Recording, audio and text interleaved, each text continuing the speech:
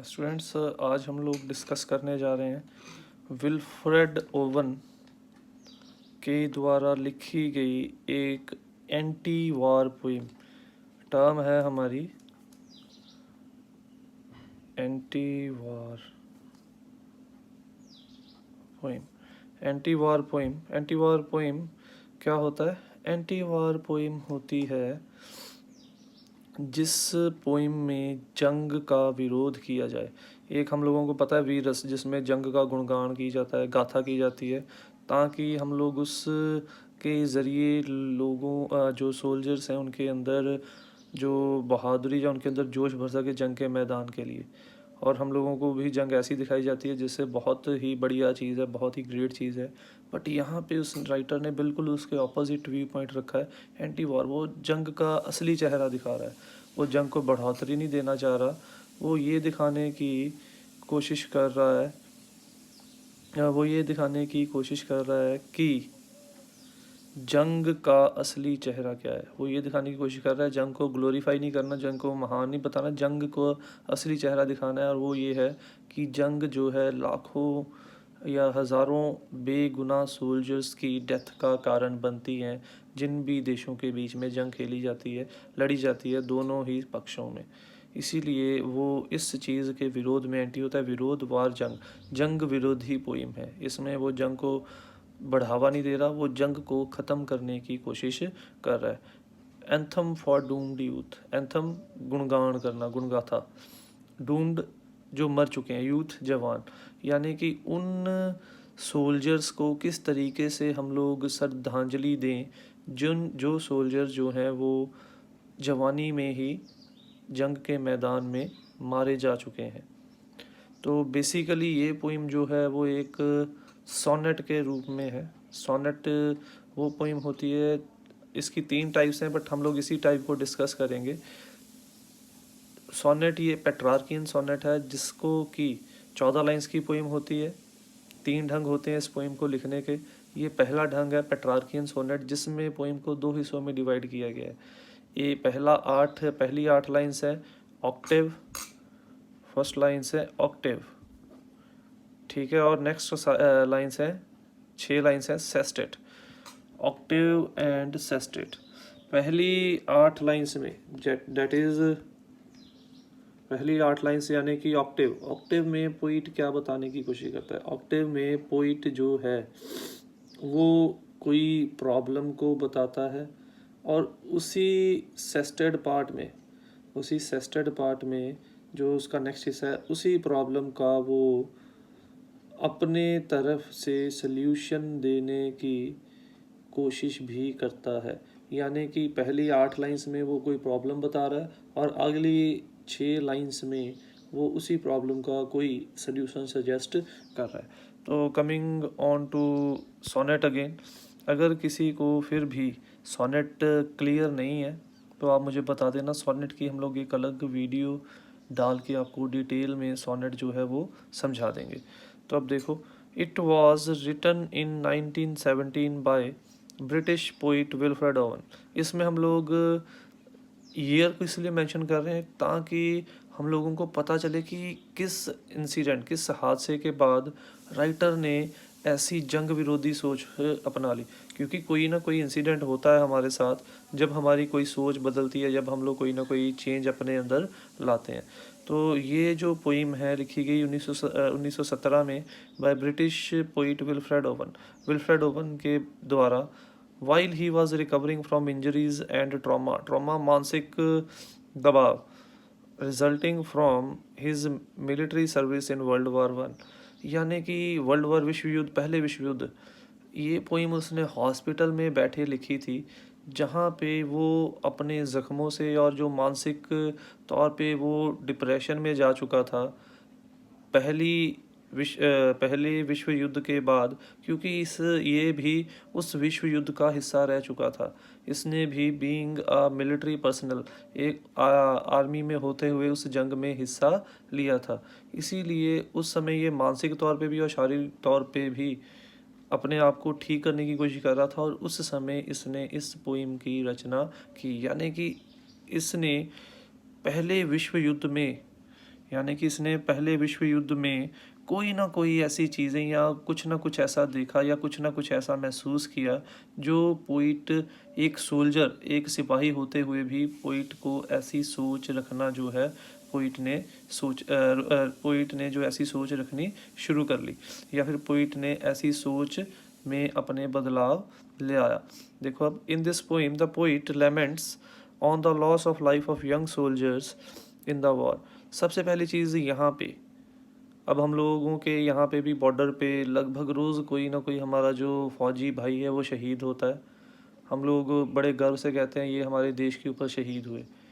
But Jin families के बेटे, husband, भाई शहीद होते हैं, उन फैमिलीज़ की क्या स्थिति हो जाती है वो हम लोग उस दुख का अंदाज़ा नहीं लगा सकते। चाहे हम लोग जितने मर्ज़ी उनको ग्लोरीफाई कर ले, चाहे जितने मर्ज़ी उनको हम लोग पैसे दे दें, वो चीज़ें जो हैं उस पर्टिकुलर पर्सन की जो कमी है, उस कमी को उस परिवार में कभी पूरा नहीं कर सकती। और जिस पर्सन की लाइफ जा चुकी है, उस पर्सन की लाइफ को वो दोबारा वापस नहीं लेके आ सकती। इसीलिए पोइट इस पोइम में ऐसे हज़ारों लाखों नौजवान जो जंग के मैदान में मारे जाते हैं, उनकी अनटाइमली, समय से पहले आई मौत के ऊपर दुख व्यक्त कर रहा है। He attacks on the pomp होता है शो ऑफ करना, एंड सेरेमनी रीतियाँ that surrounds the war and tries to present the real face of war before us.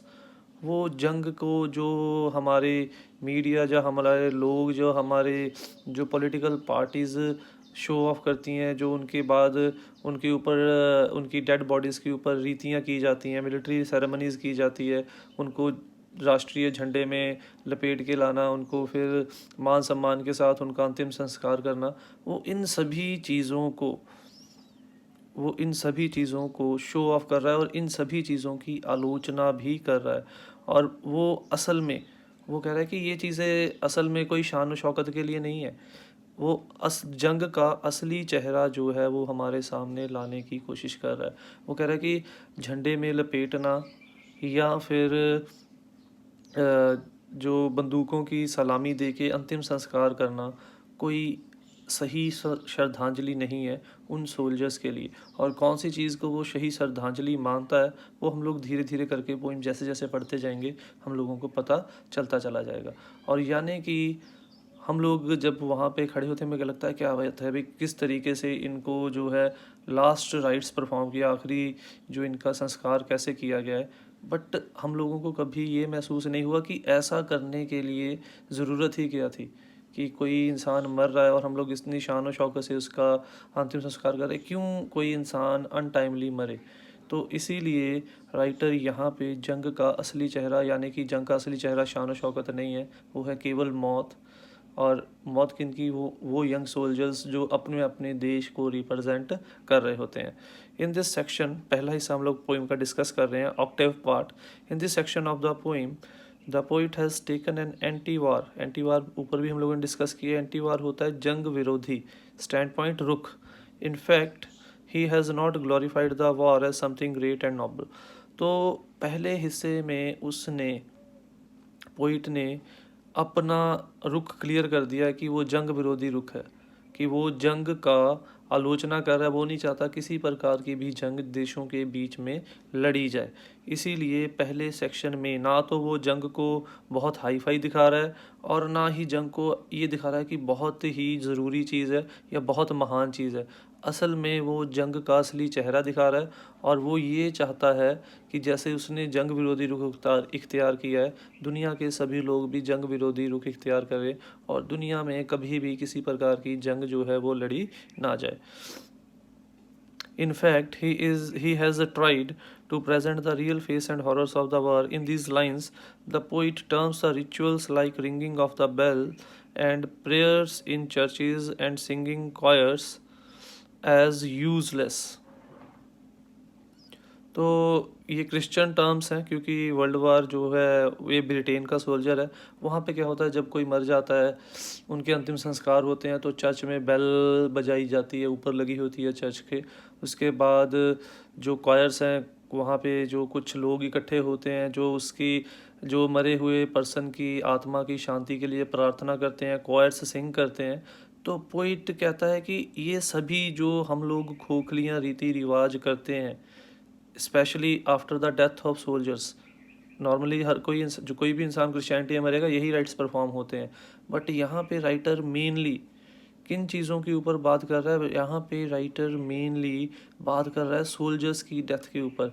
वो कह रहा है कि ये जो भी हम लोग अपने धार्मिक तौर पे जो अंतिम राइट्स परफॉर्म करते हैं, ये फिजूल हैं उन सोल्जर्स के लिए जिन्होंने भरी जवानी में अपनी जान जो है वो जंग के मैदान में देश के लिए गंवा दी। और एक और बात हम लोग ये पॉइंट आउट कर ले कि यहाँ पे राइटर ये भी नहीं कह रहा कि देश प्यार ज़रूरी नहीं है। पोइट ये नहीं चाहता कि हम लोग इस चीज़ को मान लें कि देश प्यार ज़रूरी नहीं है। वो कह रहा है कि देश प्यार ज़रूरी है, पर कोशिश ये की जाए जितना हो सके हम लोग जंग को अवॉइड करें। अगर नहीं है कोई हल फिर तो जंग है ही है। इसीलिए वो ये भी नहीं कह रहा कि देश प्यार ज़रूरी नहीं है, क्योंकि हम लोग अक्सर सोल्जर्स या बैटल फील्ड को देश प्यार के साथ जोड़ के ही देखते हैं। ठीक है, आगे देखो। तो वो कह रहा है कि ये जो चर्च के अंदर या क्रिश्चियनिटी के अंदर ये जो लास्ट राइट परफॉर्म किए जाते हैं सोल्जर्स की डेथ के बाद, ये फिजूल है उनके लिए। क्यों फिजूल है? In these lines, because the young soldiers who have been killed in the battlefield, these customs have, for those soldiers who have killed in the battlefield, these customs have now no importance. As the poet tells that the young men fighting in the war are killed like animals, are killed in a slaughterhouse. slaughterhouse कसाई की दुकान। वो कह रहा है कि क्यों ये जो रीतियाँ, पहले उसने बता दिया फर्स्ट पार्ट में कि ये जो रीतियाँ, पोइट जिन रीतियों की बात कर रहा है वो रीतियाँ फिजूल है, वो किसी काम की नहीं है। क्यों फिजूल हैं, क्यों किसी काम की नहीं है? राइटर वो अब हमें बता रहा है। राइटर ये कह रहा है कि ये नीतियाँ इसलिए इस काम की नहीं है क्योंकि जो सोल्जर्स यूथ में जंग के मैदान में मारे जाते हैं उनका हाल बिल्कुल उन जानवरों के जैसा है जिनको जो कसाई है वो बचपन से पालते हैं। और फिर क्यों पालते हैं? ताकि जब वो बड़े हों उनको काट के वो बेच सकें। उसी प्रकार से जंग में जो सोल्जर्स हैं, जैसे कसाई की दुकान पे जानवरों को मारा जाता है, उसी प्रकार से जो जंग के मैदान में जो सोल्जर्स हैं वो मारे जाते हैं। यानी कि बड़ी ही दुख भरी ट्रेजिक तस्वीर पेश की है जंग की, जहाँ पर इंसान सोल्जर्स की मौत को कसाई की दुकान पे काटे गए जानवरों के साथ कंपेयर किया गया है। और ये दुख भरी बात है कि वाकई में जंग में केवल मौत ही मौत होती है, वहाँ पे और कुछ नज़र नहीं आता।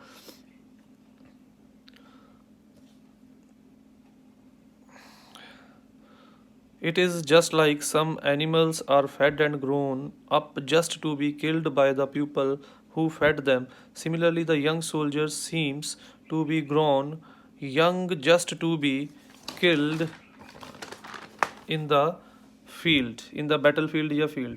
तो वो कह रहा है कि जिस प्रकार से कसाई एक जानवर को बचपन से पालता है, पोसता है, उसको खिलाता पिलाता है। किस लिए खिलाता पिलाता है? उसका कोई अटैचमेंट नहीं है, इसलिए खिलाता पिलाता है कि जब वो बड़ा हो जाए उसे मार के, उसे बेच के वो पैसे कमा सके। इसी प्रकार से जो सरकारें हैं वो अपने यूथ को नर्चर करती हैं, वो पालती हैं अपने यूथ को, उनके अंदर नेशनल सेंटीमेंट, देश के प्रति जो भावनाएं हैं वो भरती है। किस लिए भरती है? ताकि जब ज़रूरत पड़े वो इन सोल्जर्स के ज़रिए लड़ाई को लड़ सकें और इन सोल्जर्स की कुर्बानी के ऊपर बैठ के अपने अपने देश का साम्राज्य को चला सकें। यानी कि जो भी सरकारें चलती हैं वर्किंग कंडीशन में, वो इन सोल्जर्स की लाशों के ऊपर बैठ के चलती हैं। तो बहुत ही दुख भरी तस्वीर है कि किस तरीके से सरकार या फिर सिस्टम जो है अपने पॉलिटिकल मंतव्य के लिए सोल्जर्स को बलि का बकरा बना देते हैं। That is why the poet tells that ringing of church bells and prayers have no importance for the soldiers, and it's only the sound they used to hear is the sound of weapons in the battlefield। इसीलिए वो कह रहा है कि अब जब ये मर चुके हैं, इनके लिए वो चर्च की बेल का बजना या उनके कानों में, मरी हुई लाश के कानों में प्रार्थना करते हुए लोगों का सुनना, वो कह रहे कि ये मायने नहीं रखता। क्यों? क्योंकि ये इन लोगों ने जो आवाज़ें सुनी थी वो कौन सी थी? उनके पास तो कभी चर्च की बेल की आवाज़ पहुंची ही नहीं, कभी प्रेयर की आवाज़ पहुंची नहीं, क्योंकि जंग के मैदान में केवल हथियारों के चलने की आवाज़ ही थी जो इन तक पहुंची थी। In the battlefield, that is, they face real face of the world war. The poet tells that even dead bodies of most of the soldiers won't make it back home in the first place. In this way, we see that he is actually criticizing the war and presenting its real face before us. तो वो क्या कह रहा है, इस तरीके से वो जंग का असली चेहरा दिखा रहा है कि जंग में मौत ही मौत है चारों तरफ। जंग में बड़ी बड़ी वेपन्स की चलने की आवाज़ें ही आवाज़ें हैं हर तरफ, वहाँ पे कहीं पे कोई प्रार्थना कोई और ऐसी चीज़ मौजूद नहीं है। और वो यहाँ तक भी कह रहा है, वो कह रहा है कि इन रिचुअल्स को, बेल का बजाना, झंडे से डेड बॉडी का ढांकना, या और ऐसी जो रिचुअल्स हम लोग एक सोल्जर के मरने के बाद उसके अंतिम संस्कार के वक्त करते हैं, ये तो फिजूल की हैं। क्यों? क्योंकि इनमें से कई सोल्जर्स की तो डेड बॉडी तक भी वापस नहीं आ पाती, वो वहीं पे इतनी ख़राब कंडीशन में रह जाती है कि वो अपने घर वापस नहीं आ पाती। तो फिर इन कस्टम का क्या फ़ायदा जब कुछ सोल्जर जो है वो इन कस्टम से अलग ही रह गए, उनके इनके लिए रास्ट राइट परफॉर्म ही नहीं किए। इस तरीके से वो इस ऑक्टेव पार्ट के पहले कुछ हिस्से में जंग की आलोचना कर रहा है और ये प्रॉब्लम बता रहा है कि जंग है क्या, जंग के कारण क्या प्रॉब्लम्स आ रही हैं। और इसीलिए वो ये कहना भी गलत नहीं होगा, ऑक्टेव पार्ट ने उसने जंग को एक बड़ी प्रॉब्लम के रूप में पेश किया गया है। और उस प्रॉब्लम के परिणाम क्या है? उस प्रॉब्लम का सबसे बड़ा परिणाम ये है कि यंग सोल्जर्स या नौजवान पीढ़ी को, किसी भी देश की नौजवान पीढ़ी को जो आर्मी या नेवी या एयरफोर्स को ज्वाइन करती है, उन्हें अनटाइमली डेथ का शिकार होना पड़ता है। तो प्रॉब्लम यही है कि वॉर क्यों होती है, क्यों अनटाइमली सोल्जर्स की डेथ होती है। तो this is our octave part, ये आज का लेक्चर था। किसी को किसी प्रकार की कन्फ्यूज़न है कमेंट सेक्शन में वो पूछ सकता है। बाकी सेस्टेड पार्ट या और ऑक्टेव पार्ट का जो थोड़ा सा हिस्सा रह गया है वो हम लोग नेक्स्ट लेक्चर में करेंगे। Till then thank you, but do subscribe, like and share my video. Thank you.